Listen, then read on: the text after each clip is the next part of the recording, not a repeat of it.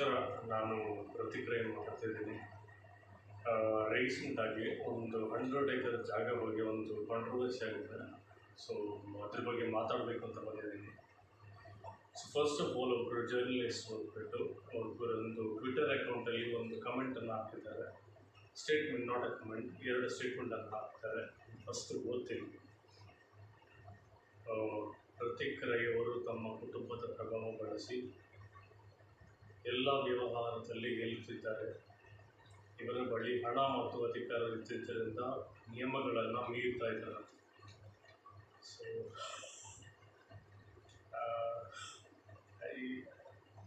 This a stupid statement.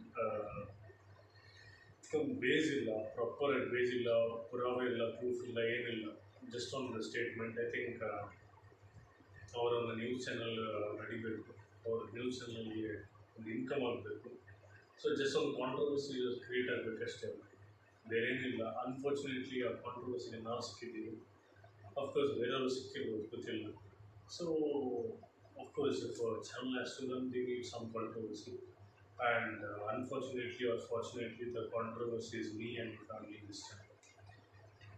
But ಇದ್ರ ಬಗ್ಗೆ ನಾನು ಜಾಸ್ತಿ ಅಂತ ತಲೆ ಕೆಡಿಸ್ಕೊಳ್ಳಲ್ಲ. ಬಟ್ ಅನ್ಫಾರ್ಚುನೇಟ್ ಇನ್ನೊಂದು ಕಮೆಂಟ್ ಇದೆ, ಅದು ಓದ್ತೀನಿ. ರೈತರ ಜಾಗವನ್ನು ದಬ್ಬಾಳಿಕೆ ಮೂಲಕ ಮತ್ತು ಬೆದರಿಕೆ ನೀಡಿ ಅದನ್ನು ಖರೀದಿಸಿದ್ದೀರಿ ಅಂತ ಆರೋಪಿಸ್ತಾರೆ.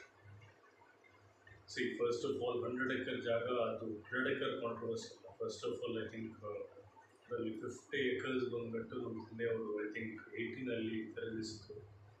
ಆಮೇಲೆ ಇನ್ನೊಂದು 30 ಎಕರ್ಸ್ ಐ ಥಿಂಕ್ 22-23ರಲ್ಲಿ ನಾವು ಬೈ ಮಾಡಿದ್ವಿ. ಆ ಟೈಮಲ್ಲಿ ಇನ್ನೊಂದು 20 ಎಕರೆ ಇದೆಯಲ್ಲ, 20 ಎಕರೆ ಕಾಂಟ್ರವರ್ಸಿ ಆ್ಯಕ್ಚುಲಿ. ಸೊ ಈ 20 ಎಕರೆ ಏನಿದೆ, ಆ ಟೈಮಲ್ಲಿ ಅವರು ಸೇಲ್ ಮಾಡಿಲ್ಲ. ಸೊ ಅವ್ರದ್ದೇ ಒಂದು ಕಾರಣ ಇತ್ತು. ಸೊ ನಾವು ಏನು ಫೋರ್ಸ್ ಮಾಡಿಲ್ಲ, ಬಟ್ ನಮಗೆ ಅದು ಬೇಕಾಗಿತ್ತು.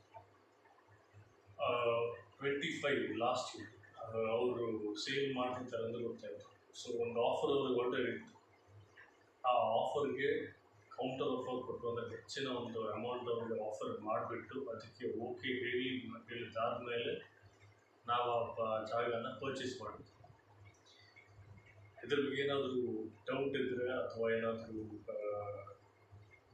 ಇನ್ಫಾರ್ಮೇಷನ್ ಬೇಕಿದ್ರೆ ಯಾವುದೇ ಜರ್ನಲಿಸ್ಟ್ ಆಗಲಿ, ಯಾವುದೇ ನ್ಯೂಸ್ ಚಾನಲ್ ಆಗಲಿ, either they can contact me. Or ನಾವು ಯಾರ ಹತ್ರ ಬೈ ಮಾಡಿದ್ದೀವಿ ಅವ್ರ ಹತ್ರ ನೇರವಾಗಿ ಹೋಗಿ ಹೇಳಿ.